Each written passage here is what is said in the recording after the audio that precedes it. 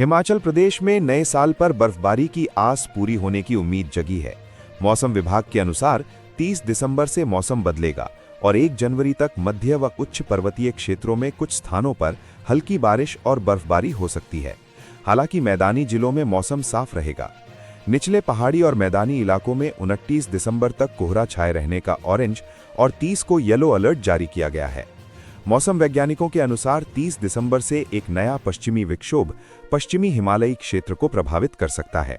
अगले 48 घंटों में मध्य और उच्च पर्वतीय इलाकों में न्यूनतम तापमान में 2 से 3 डिग्री सेल्सियस की गिरावट आ सकती है। इसके बाद अगले कुछ दिनों में तापमान और गिर सकता है।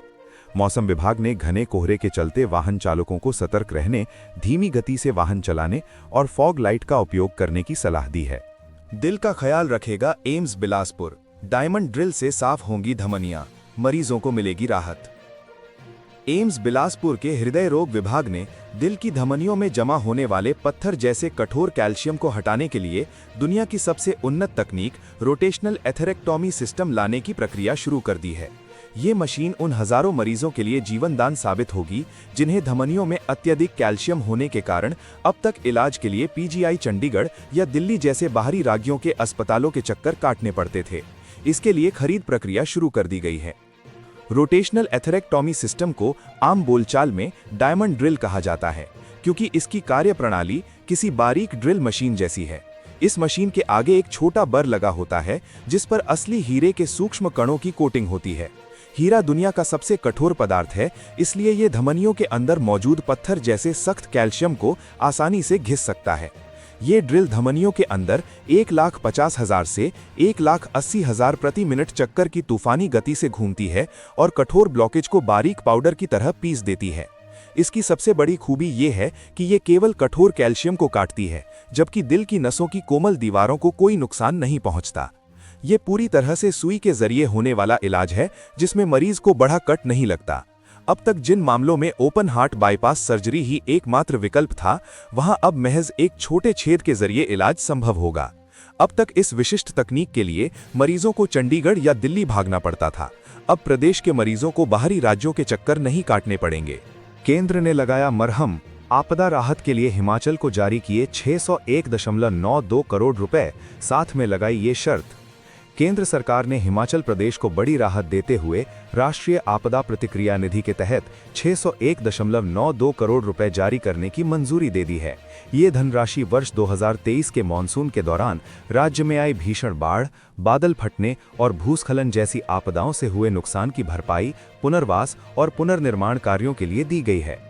वित्त मंत्रालय के व्यय विभाग के वित्त आयोग प्रभाग की ओर से हिमाचल प्रदेश को कुल स्वीकृत केंद्रीय सहायता 1504.80 करोड़ रुपए में से 601.92 करोड़ रुपए की राशि जारी करने की अनुमति प्रदान की गई है।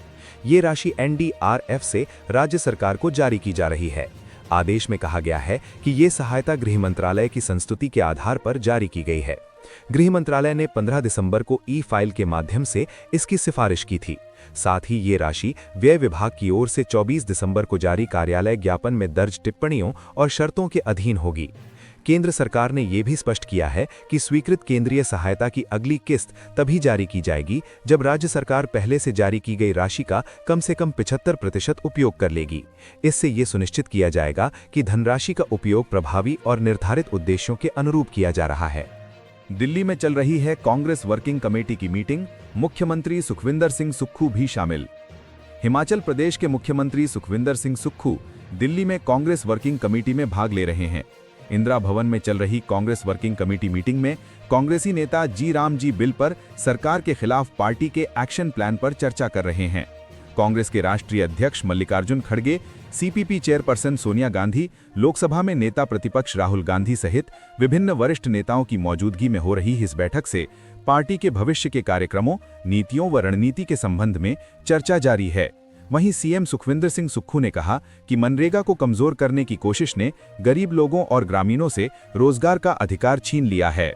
लोधी माजरा में स्कूल से घर आई 6ठी कक्षा का छात्रा, पंखे से लगा लिया फंदा, 13 वर्ष थी उम्र। औद्योगिक क्षेत्र बद्दी के तहत मानपुरा थाने के लोधी माजरा में 13 वर्षीय प्रवासी बच्ची ने आत्महत्या कर ली। वो लोधी माजरा स्कूल में 6ठी कक्षा की छात्रा थी।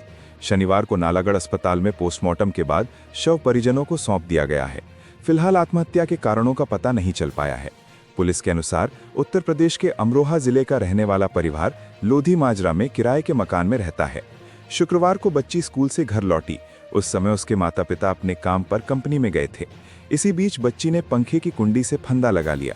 घटना के समय बच्ची का छोटा भाई भी घर पर था, जो स्कूल से आने के बाद खेलने चला गया था। शाम को जब वो वापस कमरे में आया तो बहन को फंदे से लटका देख उसके होश उड़ गए। बच्चे के शोर मचाने पर आसपास के लोग इकट्ठा हुए और तुरंत बच्ची के माता पिता व मानपुरा पुलिस को सूचित किया गया। सूचना मिलते ही पुलिस टीम ने मौके पर पहुंचकर शव को कब्जे में लिया। एएसपी बद्दी अशोक वर्मा ने बताया कि घटनास्थल से कोई सुसाइड नोट बरामद नहीं हुआ है। पुलिस मामले की जांच कर रही है। ग्रेट खली बोले, खून पसीने की कमाई से खरीदी है जमीन, आसानी से नहीं छोड़ूंगा। मैंने जमीन अपने खून पसीने की कमाई से खरीदी है, भूमि को इतनी आसानी से नहीं छोड़ूंगा। ये लड़ाई अब अकेली मेरी ही नहीं है, और भी कई पीड़ित हैं जो अपनी आवाज कहीं नहीं उठा सकते हैं। शुक्रवार को पांवटा साहिब में दलीप सिंह राणा उर्फ ग्रेट खली ने पत्रकार वार्ता में ये बात कही। तहसीलदार विवाद मामले में ग्रेट खली एक बार फिर से 1 दर्जन पीड़ित लोगों के साथ मीडिया के सामने आए। इस दौरान कई गंभीर आरोप भी लगाए हैं। खली ने कहा कि भूमि विवाद में वो अकेला नहीं है और कई लोग भी पांवटा साहिब के राजस्व विभाग अधिकारी से पीड़ित हैं। उन्होंने कहा कि सूरजपुर में उन्होंने जो जमीन खरीदी है वो खून पसीने की कमाई से ली है, उसे इतनी आसानी से नहीं छोड़ेंगे। ये लड़ाई अब अकेली मेरी नहीं है, और भी कई पीड़ित हैं जो अपनी आवाज कहीं नहीं उठा सकते।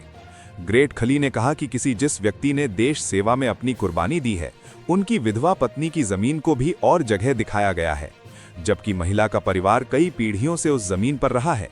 पत्रकार वार्ता में द ग्रेट खली के साथ पहुंचे मंजीत कौर, बलविंदर कौर, गुरदीप सिंह, सुदर्शन सिंह चौहान, जसवीर कौर, परमजीत कौर व पवन कुमार ने बताया कि जहां पर हमारी जमीनें थीं, वो जमीन किसी और की बताकर भूमाफिया को बेचकर एक ही दिन में रजिस्ट्री और इंतकाल भी किया गया है। जितना भी पांवटा साहिब में कथित फर्जीवाड़ा हुआ है, इसकी गंभीरता से जांच होनी चाहिए।